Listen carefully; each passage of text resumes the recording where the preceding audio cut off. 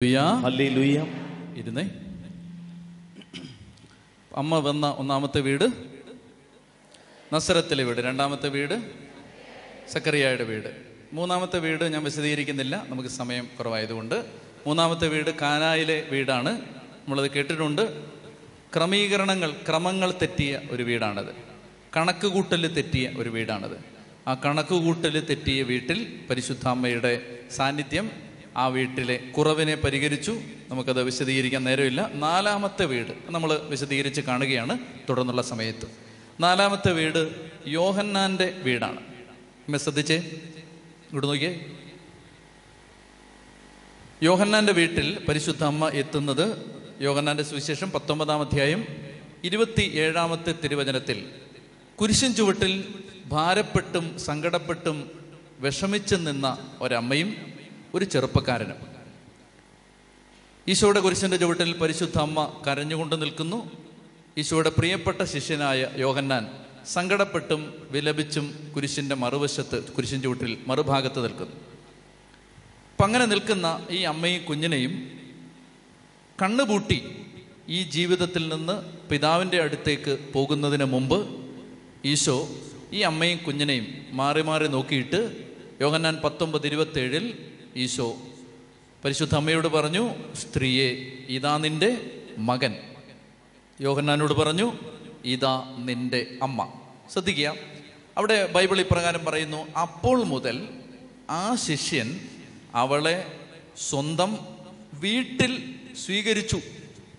അപ്പം അമ്മ ചെന്ന നാലാമത്തെ വീടാണത്. പരിശുദ്ധ അമ്മ ആ വീട്ടിൽ ചെന്ന് താമസിക്കാൻ തുടങ്ങി. അപ്പോൾ മുതൽ ആ ശിഷ്യൻ അവളെ സ്വന്തം വീട്ടിൽ സ്വീകരിച്ചു.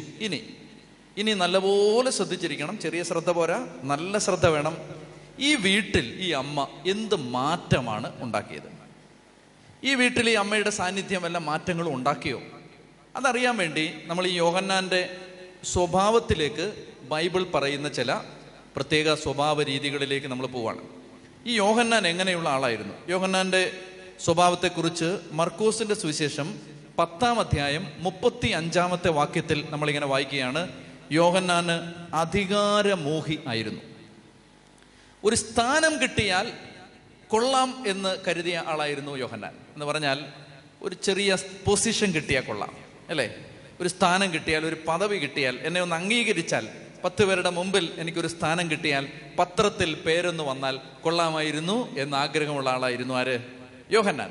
അപ്പൊ ഈ യോഹന്നാൻ അധികാരമോഹിയാണ് എന്ന് പറയാൻ കാരണം എന്താണ്? സബദീപുത്രന്മാരായ യാക്കോബ് യോഹന്നാനും യേശുവിനെ സമീപിച്ച് ചോദിച്ചു, നീ മഹത്വത്തിൽ ഉപവിഷ്ടനാകുമ്പോൾ ഞങ്ങളിൽ ഒരാൾ അങ്ങയുടെ വലത്തുവശത്തും മറ്റേയാൾ നിന്റെ ഇടതുവശത്തും ഇരിക്കാൻ. യേശു മഹത്വത്തിൽ ആരൂഢനാവുന്ന സമയത്ത് യേശുവിൻ്റെ വലതുവശത്ത്, ഇടതുവശത്ത് പൊസിഷൻ, ഒരു സ്ഥാനം കിട്ടിയാൽ കൊള്ളാമെന്ന് ആഗ്രഹമുള്ള ആളാണ് യോഹന്നാൻ. ശ്രദ്ധിച്ചിരുന്നോണം, ഇതെല്ലാം വേണ്ടി വരും, പരീക്ഷയ്ക്ക് ചോദിക്കും. ശ്രദ്ധിച്ചിരിക്കണം, നല്ലപോലെ ശ്രദ്ധിച്ചിരിക്കണം. ഒന്നാമത്തെ യോഹന്നാന്റെ സ്വഭാവം എന്താണ്?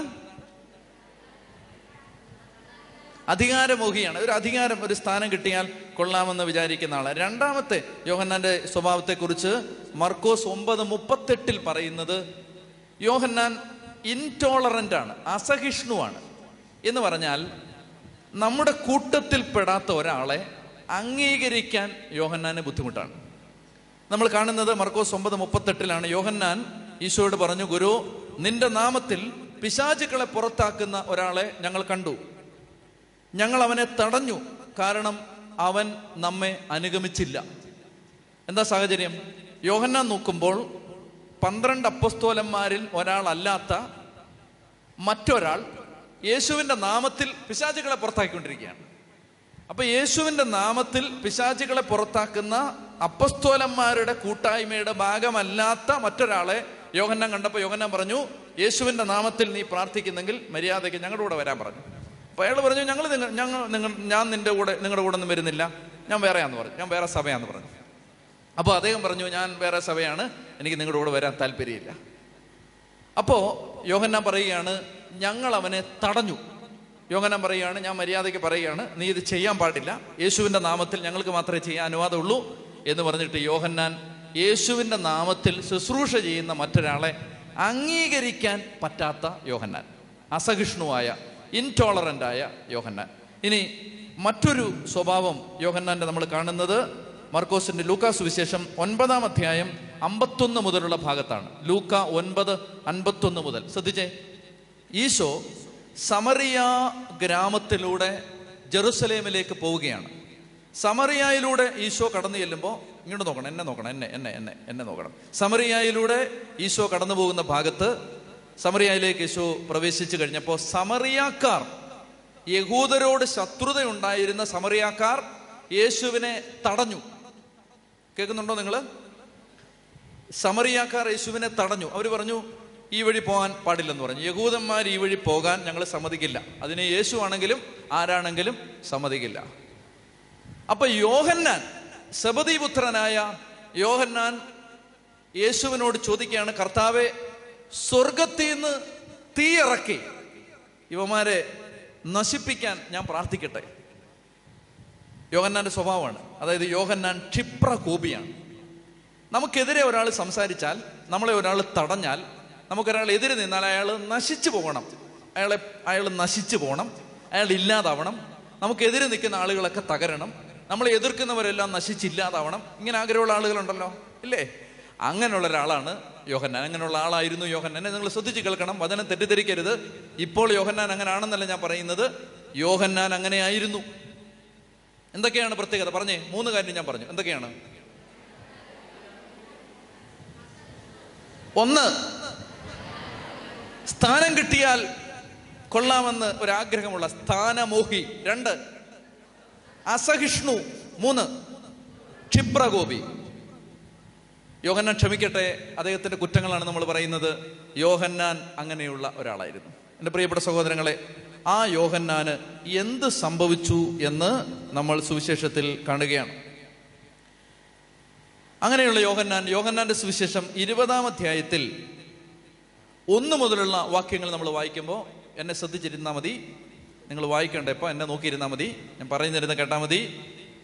ഇങ്ങനെയുള്ള യോഹന്നാൻ, ക്ഷിപ്രകോപിയായ, അസഹിഷ്ണുവായ, സ്ഥാനമോഹിയായ യോഹന്നാൻ, ഈശോ ഉയർത്തെഴുന്നേറ്റ പ്രഭാതത്തിൽ ഞായറാഴ്ച രാവിലെ മഗ്ദലന മറിയം പത്രോസിൻ്റെയും യോഹന്നാൻ്റെയും അടുത്ത് ചെന്ന് പത്രോസിനോടും യോഹന്നാനോടും പറഞ്ഞു, കർത്താവ് ഉയർത്തെഴുന്നേറ്റിരിക്കുന്നു, കർത്താവിൻ്റെ ശരീരം അവിടെ കാണാനില്ല. ഇത് കേട്ട ഉടനെ പത്രോസും യോഹന്നാനും കല്ലറയിലേക്ക് ഓടി. പത്രോസ് പ്രായമുള്ള ആളാണ് എന്ന് നമ്മൾ അനുമാനിക്കുന്നു. യോഹന്നാൻ ചെറുപ്പക്കാരനാണെന്ന് പാരമ്പര്യം പറയുന്നു. വൃദ്ധനായ പത്രോസ് ഓടിച്ചെല്ലുന്നതിന് മുമ്പേ കല്ലറയുടെ വാതിക്കൽ ചെറുപ്പക്കാരനായ യോഹന്നാൻ എത്തി.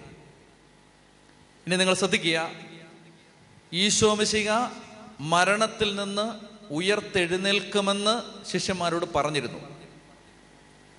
ഉയർത്തെഴുന്നേറ്റു എന്ന് ഇപ്പോൾ മഗ്ദലന മറിയം പറയുകയാണ്. കല്ലറയിൽ അവൻ്റെ ശരീരം കാണാനില്ല എന്ന് പറഞ്ഞത് റിപ്പോർട്ട് ചെയ്യാൻ എത്തിയതാണ് അപ്പസ്തോലന്മാരെ. അപ്പോൾ യോഹന്നാൻ അറിയാം, ലോക ചരിത്രത്തിൽ ഇന്നുവരെയും സംഭവിച്ചിട്ടില്ലാത്ത അത്ര അസാധാരണമായ ഒരു വ്യക്തിയുടെ ഉയർത്തെഴുന്നേൽപ്പ് ആദ്യമായി റിപ്പോർട്ട് ചെയ്യാൻ, ആദ്യമായിട്ട് കാണാൻ, അത് കണ്ട് സാക്ഷ്യപ്പെടുത്താൻ ഉള്ള ഒരു ഭാഗ്യം, ഒരവസരം ഇപ്പോൾ യോഹന്നാന് കിട്ടുകയാണ്. പത്രോസ് ഇനിയും വരാൻ വൈകും. അപ്പൊ യോഹന്നാന് കയറി ചെന്ന് ഇത് കണ്ടിട്ട് ലോകത്തോട് മുഴുവൻ പറയാം, യേശു ഉയർത്തെഴുന്നേറ്റു എന്ന് അപ്പസ്തോലന്മാരുടെ കൂട്ടത്തിൽ ആദ്യം തന്നെ കണ്ട് സാക്ഷ്യപ്പെടുത്തിയത് ആരാണ്? ഞാനാണ് എന്ന് പറയാം എന്ന് യോഹന്നാന് പറയാം. പക്ഷെ പ്രിയപ്പെട്ട സഹോദരങ്ങളെ, നിങ്ങൾ ശ്രദ്ധിച്ചോളുക, യോഹന്നാൻ 21 മുതൽ 8 വരെയുള്ള വാക്യങ്ങൾ നമ്മളിങ്ങനെ കാണുന്നുണ്ട്. യോഹന്നാൻ, മറ്റേ ശിഷ്യൻ, ആദ്യം ഓടി കല്ലറയുടെ അടുത്തെത്തി. പക്ഷെ അവൻ അവിടെ കാത്തു നിന്നു. മറ്റൊരാൾക്ക് വേണ്ടി കാത്തു നിൽക്കുകയാണ്. എടുത്തിയായിട്ടൊന്നുമില്ല, എനിക്ക് ആദ്യം റൈറ്റ് സൈഡിൽ ഇരിക്കണം, ലെഫ്റ്റ് സൈഡിൽ ഇരിക്കണം, ആദ്യം കാണണം, എനിക്ക് അടുത്തിരിക്കണം, ഒന്നുമില്ല. അയാൾ പതുക്കെ അങ്ങോട്ട് മാറി നിൽക്കുകയാണ്. അപ്പോൾ പത്രോസ് ഓടി വന്നപ്പോൾ പത്രോസിന് വിശ്വസിക്കാൻ പറ്റുന്നില്ല. കാരണം യോഹന്നാൻ ചാടി അകത്ത് കയറിയിരിക്കുമെന്നാണ് പത്രോസ് വിചാരിച്ചിരുന്നത്. എന്നാൽ യോഹന്നാൻ സാവകാശം മാറി നിന്നിട്ട് ചേട്ടായിയോട് പറയാണ്, ചേട്ടായി കയറിക്കൊള്ളാൻ പറഞ്ഞു. പത്രോസിന് വിശ്വാസം വരുന്നില്ല, ഇത് ഈ നമ്മുടെ പഴയ യോഹന്നാൻ തന്നെയാണോ എന്ന് വിശ്വാസം വരുന്നില്ല. ചേട്ടായി കയറിക്കൊള്ളാൻ പറഞ്ഞു. കയറി. പ്രിയപ്പെട്ട സഹോദരങ്ങളെ, ഈ ശിഷ്യൻ ബോധപൂർവം മാറി നിന്നു. എന്നിട്ട് തന്നെക്കാൾ മൂത്ത അപ്പസ്തോലിക സംഘത്തിൻ്റെ പരമാധികാരം, സ്വർഗരാജ്യത്തിൻ്റെ താക്കോലുകൾ ദൈവം കൈമാറിയ പത്രോസിന് വഴിമാറിക്കൊടുത്തിട്ട് യോഹന്നാൻ മാറി നിന്നിട്ട് പറഞ്ഞു, now you go and witness. അകത്തേക്ക് പോയി. പത്രോസ് കണ്ടു, യോഹന്നാൻ പുറകെ കയറി, കണ്ടു, വിശ്വസിച്ചു. ഇനി നിങ്ങൾ എന്നെ കേട്ടോളുക. ഈ പുസ്തകം എഴുതുമ്പോൾ, യോഹന്നാൻ്റെ സുവിശേഷം എഴുതുമ്പോൾ, യോഹന്നാന് ഏതാണ്ട് 16 സ്ഥലങ്ങളിൽ തൻ്റെ പേരെഴുതി വെക്കാമായിരുന്നു. പക്ഷെ യോഹന്നാൻ തൻ്റെ പേര് ഈ സുവിശേഷത്തിൽ എഴുതാതെ പ്രിയപ്പെട്ട ശിഷ്യൻ, വത്സല ശിഷ്യൻ, മറ്റേ ശിഷ്യൻ എന്നൊക്കെയുള്ള അജ്ഞാത നാമങ്ങൾ എഴുതി വെച്ച് എനിക്കൊരു സ്ഥാനവും വേണ്ട, എന്നെ ആരും അറിയണ്ട, എന്നെ ആരും അംഗീകരിക്കണ്ട, എനിക്ക് എല്ലാവരാലും കയ്യടി കിട്ടണ്ട എന്ന് ബോധപൂർവം തീരുമാനിച്ച് ആ മനുഷ്യൻ 16 സ്ഥലങ്ങളിൽ തൻ്റെ പേരെഴുതാതെ മാറി നിന്നു. എന്നെ ശ്രദ്ധിച്ച് കേൾക്കുക, യോഹന്നാൻ എങ്ങനെ ഈ മാറ്റം വന്നു? പ്രിയപ്പെട്ട സഹോദരങ്ങളെ, യോഹന്നാൻ 19-ാം അധ്യായത്തിൽ കുരിശിൻ ചുവട്ടിൽ നിന്ന് ആ മലയിറങ്ങി കാൽവരയുടെ കുന്നുകൾ ചവിട്ടിയിറങ്ങി ഒരമ്മയുടെ കയ്യും പിടിച്ച് ദുഃഖം പേമാരി പോലെ പെയ്തിറങ്ങിയ ഒരു സന്ധ്യയിൽ, ചില്ലുമഴ പോലെ സങ്കടം പെയ്ത ആ കാൽവഴിയിലെ ദുഃഖവെള്ളിയുടെ സന്ധ്യയിൽ ഞാൻ ഇങ്ങനെ മനസ്സിൽ വിചാരിച്ചിട്ടുണ്ട്, ഒരു ദുഃഖം കൊണ്ട് ചാഞ്ഞു വീഴാൻ തുടങ്ങുന്ന വൃദ്ധയായ ഒരു അമ്മയെ ചങ്കോട് ചേർത്ത് പിടിച്ച് ഒരു ചെറുപ്പക്കാരൻ കാൽവരിയുടെ കുന്നുകൾ ഇറങ്ങി ഇറങ്ങി ഇറങ്ങി താഴേക്ക് വന്ന് അവൻ്റെ വീട്ടിലേക്ക് പോയി. ദുഃഖം താങ്ങാൻ പറ്റാതെ കനത്ത ഭാരം ചങ്കിനകത്ത് ഒരു വലിയ അമ്മിക്കല്ല് ചങ്കിലെടുത്ത് വെച്ചാലെന്ന വണ്ണം ഭാരം അനുഭവിക്കുന്ന ഒരു അമ്മയെ താങ്ങിപ്പിടിച്ചുകൊണ്ട് ഈ ചെറുപ്പക്കാരൻ അവൻ്റെ വീട്ടിലേക്ക് പോയി. അവൻ്റെ വീട്ടിൽ ചെന്നിട്ട് അന്ന് രാത്രിയിൽ സങ്കടം കൊണ്ട് ഈ അമ്മയുടെ കണ്ണ് നിറഞ്ഞൊഴുകുമ്പോൾ, ആ അമ്മയുടെ അരികത്തിരിക്കുമ്പോൾ, സങ്കടം കൊണ്ട് ഈ കൊച്ചു ചെറുപ്പക്കാരൻ അവൻ കിടന്ന് കരയുമ്പോൾ, ആ അമ്മ അവനെ മടി കിടത്തിയിട്ട് അവൻ്റെ മുടിയിഴകൾ വിരലോടിച്ചിട്ട് ആ ഭൂമിയിലെ ഏറ്റവും സ്നേഹം നിറഞ്ഞ അമ്മ ആ മകനോട് പറഞ്ഞു, കുഞ്ഞെ, ഈശോയെ ഇതുപോലെയായിരുന്നു ഞാൻ മടിയിൽ കിടത്തിയിരുന്നത്. എൻ്റെ മടിയിൽ നിന്റെ ഗുരു കിടന്നുറങ്ങിയിട്ടുണ്ട്. അവൻ്റെ മുടിയിഴകളിൽ ഞാൻ വിരലോടിച്ചിട്ടുണ്ട്.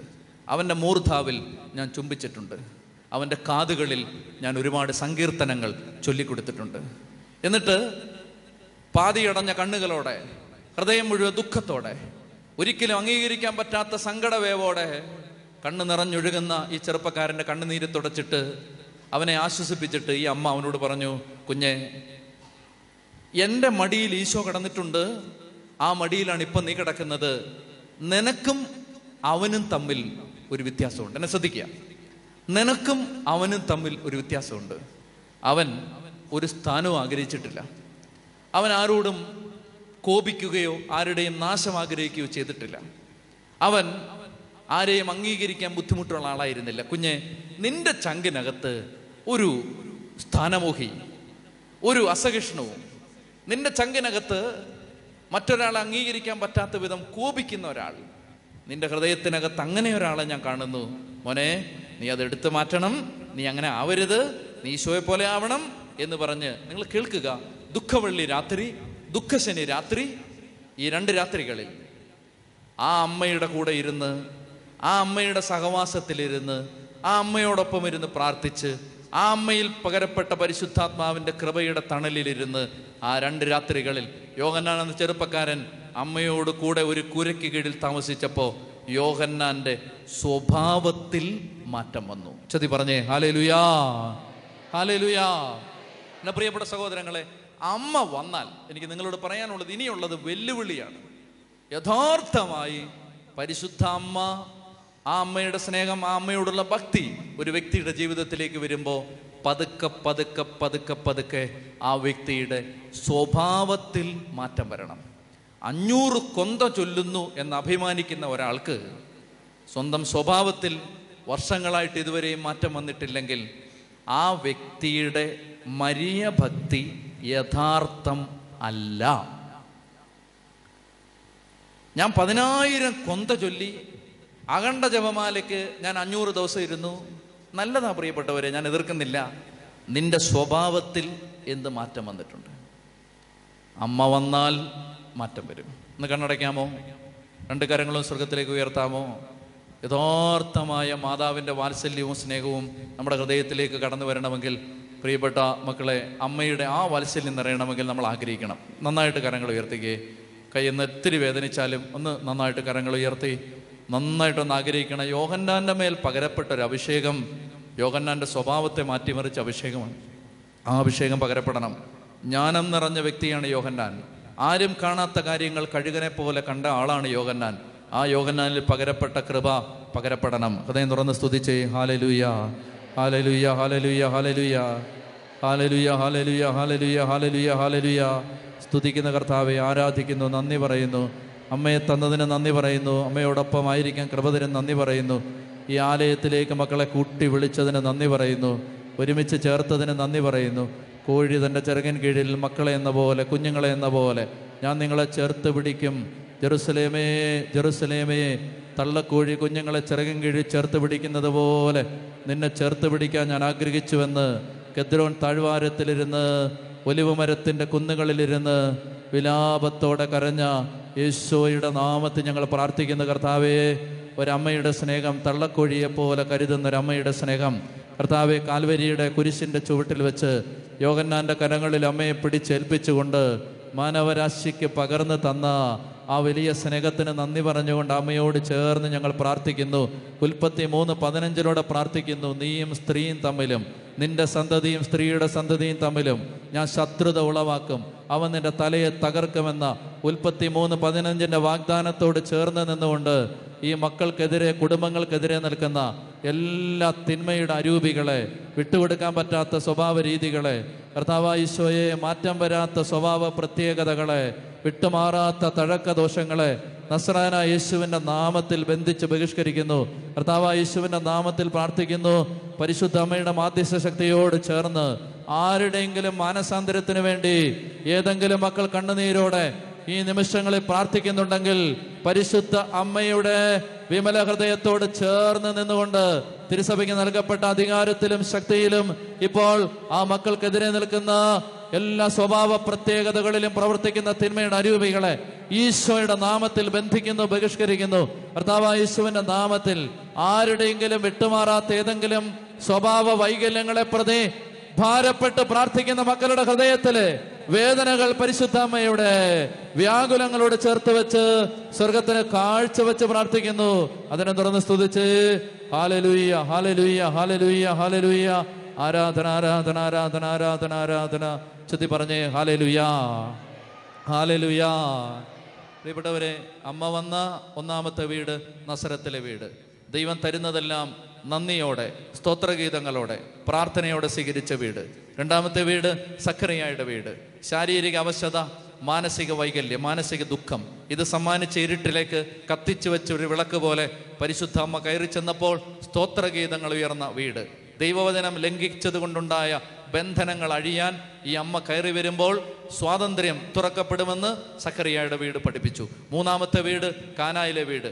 എല്ലാം കണക്ക് കൂട്ടി, എല്ലാം തയ്യാറാക്കിയ ഒരു വീട്. കല്യാണത്തിന് 500 പേരെ വിളിച്ചിട്ട് കല്യാണത്തിന് 200 പേരുടെ ഭക്ഷണം ആരും ഉണ്ടാക്കില്ല. വിവാഹത്തിന് 500 പേരെ വിളിച്ചിട്ട് 1000 പേരെ വിളിച്ചിട്ട് 300 പേർക്കുള്ള ഭക്ഷണം ആരും ഉണ്ടാക്കില്ല.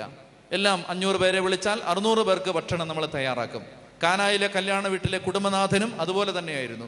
ആ കുടുംബനാഥൻ 500 പേരെ കല്യാണത്തിന് വിളിച്ചിട്ട് 200 പേർക്ക് ആഹാരം ഉണ്ടാക്കിയ ആളല്ല, എല്ലാം കണക്ക് കൂട്ടി ചെയ്ത ആളാണ്. പക്ഷേ കണക്ക് കൂട്ടൽ തെറ്റി. പ്രിയപ്പെട്ട സഹോദരങ്ങളെ, അതിൻ്റെ കാരണം എന്തു തന്നെയാണെങ്കിലും ശ്രദ്ധിക്കുക, കാരണം എന്തു തന്നെയാണെങ്കിലും ആ കുടുംബത്തിലെ കണക്ക് കൂട്ടലുകൾ തെറ്റി. എൻ്റെ പ്രിയപ്പെട്ട സഹോദര സഹോദരി, എൻ്റെയും നിൻ്റെയും ജീവിതം ഒരുപക്ഷെ കണക്ക് കൂട്ടലുകൾ തെറ്റിയ ജീവിതമാവും. ഞാൻ പലപ്പോഴും ഇങ്ങനെ വിചാരിച്ചിട്ടുണ്ട്, ഒരു മംഗല്യവേദിയിലേക്ക് ഭാര്യ ഭർത്താക്കന്മാർ ഒരുമിച്ച് ആദ്യമായി കർത്താവിൻ്റെ മുമ്പിൽ ഒരു വധുവും വരനും വന്നു നിന്ന് പരിശുദ്ധ ബലിപീഠത്തെയും പരിശുദ്ധ സുവിശേഷത്തെയും പൗരോഹിത്യത്തെയും സഭയെയും ദൈവജനത്തെയും സാക്ഷ്യം നിർത്തി മരണം വരെ സന്തോഷത്തിലും സമാധാനത്തിലും രമ്യതയിലും യോജിപ്പിലും ഒരുമിച്ച് ജീവിക്കാം എന്ന് പ്രതിജ്ഞയെടുത്ത് മംഗല്യത്തിന്റെ ആദ്യത്തെ ദിവസത്തിലേക്ക്, ദാമ്പത്യത്തിന്റെ ആദ്യത്തെ ദിവസത്തിലേക്ക് പ്രവേശിക്കുമ്പോൾ എന്തെല്ലാം സ്വപ്നങ്ങളോടെ, എന്തെല്ലാം പ്രതീക്ഷകളോടെ ഒരു മനോഹര ദാമ്പത്യത്തിലേക്ക് കാലെടുത്ത് വെക്കുന്നവരാണ് വധൂവരന്മാർ. വിവാഹം കഴിഞ്ഞ് 20 വർഷം കഴിഞ്ഞ്, 30 വർഷം കഴിഞ്ഞ്, 10 വർഷം കഴിഞ്ഞ്, അല്ലെ 50 വർഷം കഴിഞ്ഞ് ഈ ദാമ്പത്യ ബന്ധത്തെ കർത്താവിൻ്റെ മുമ്പിൽ നിർത്തിയിട്ട് അവരുടെ മനസാക്ഷിയോട് നമ്മൾ ചോദിക്കുകയാണ്, എൻ്റെ പ്രിയപ്പെട്ട മക്കളെ, നിങ്ങൾ കർത്താവിൻ്റെ ആലയത്തിൽ വെച്ചൊരിക്കൽ നിങ്ങളുടെ ദാമ്പത്യം ആരംഭിച്ചപ്പോൾ നിങ്ങളുടെ മനസ്സിൽ നിങ്ങൾ കണക്ക് കൂട്ടിയതുപോലാണോ നിങ്ങളുടെ ജീവിതം മുന്നോട്ട് പോയത്? 100% പേര് 100 പേരോട് ചോദിച്ചാൽ 99 പേരും മറുപടി പറയും, ഞങ്ങളുടെ കണക്ക് കൂട്ടലുകളൊന്നുമല്ല ജീവിതത്തിൽ നടന്നത്, കണക്ക് കൂട്ടലുകൾ ഒത്തിരി ഞങ്ങൾക്ക് തെറ്റിപ്പോയി. പ്രിയപ്പെട്ട സഹോദരങ്ങളെ, ഞാനൊരു പുരോഹിതനാണ്. എനിക്ക് എൻ്റെ നെഞ്ചത്ത് കൈവച്ച് നിങ്ങളോട് പറയാൻ പറ്റും, ഞാൻ കണക്ക് കൂട്ടിയതുപോലല്ല എൻ്റെ ജീവിതം ഇന്നോളം ഈ കഴിഞ്ഞ 37 വർഷങ്ങളിൽ മുന്നോട്ട് പോയത്.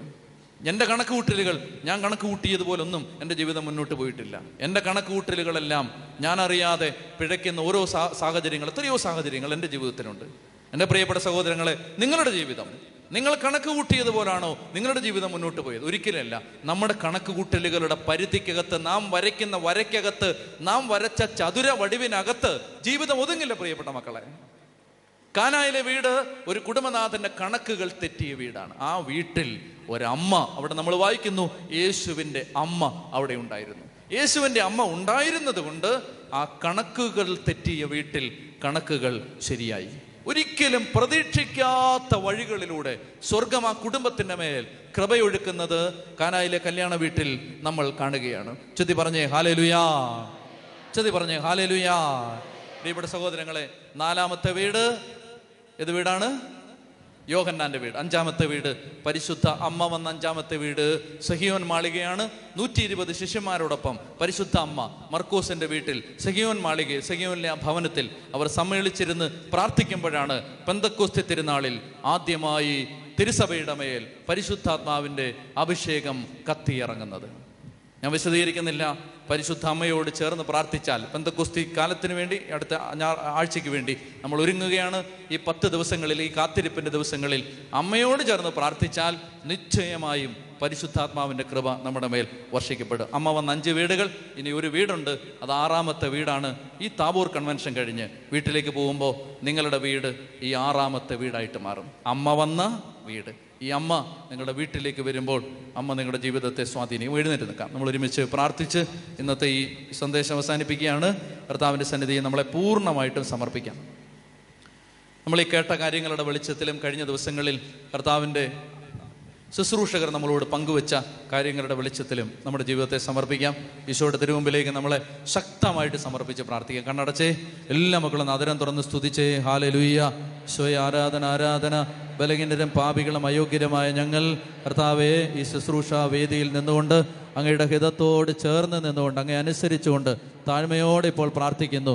ഇപ്പോൾ ഈ ആലയത്തിൻ്റെ മേൽ ദൈവശക്തി ശക്തമായിട്ട് വ്യാപിക്കട്ടെ. പ്രാർത്ഥിക്കുന്ന മക്കളുടെ കുടുംബങ്ങളിലേക്ക് ദൈവത്തിൻ്റെ കൃപയൊഴുകട്ടെ. അൾത്താരയിൽ നിന്ന് എസെക്കിയേൽ കണ്ട ദർശനത്തിലേതെന്ന പോലെ ബലിപീഠത്തിൻ്റെ അടിയിൽ നിന്ന് ജീവൻ്റെ നദി ഒഴുകട്ടെ. ഓരോ കുടുംബത്തിലേക്ക് മുട്ടോളം അരയോളം ദൈവമേ, തോളപ്പം തലയ്ക്കൊപ്പം നീന്തിയാൽ പോലും കടക്കാൻ പറ്റാത്തൊരു അഭിഷേകത്തിൻ്റെ നദി കർത്താവായ യേശുവിൻ്റെ നാമത്തിൽ ഈ ആലയത്തിൽ ശുശ്രൂഷ ചെയ്യുന്ന എല്ലാ മക്കളുടെ മേലും, ശുശ്രൂഷകരുടെ മേലും, ഇതിന് നേതൃത്വം കൊടുക്കുന്നവരുടെ മേലും, ഈ സംബന്ധിക്കുന്ന ദൈവജനത്തിൻ്റെ മേലും സ്വർഗം തുറന്ന് ഇപ്പോൾ ഒഴുക്കണമേ എന്ന് പ്രാർത്ഥിക്കുന്നു. അതിനം തുറന്ന് എല്ലാ മക്കളും സ്തുതിച്ച് പ്രാർത്ഥിച്ച്, എല്ലാം ഉച്ചത്തിൽ സ്തുതിച്ച്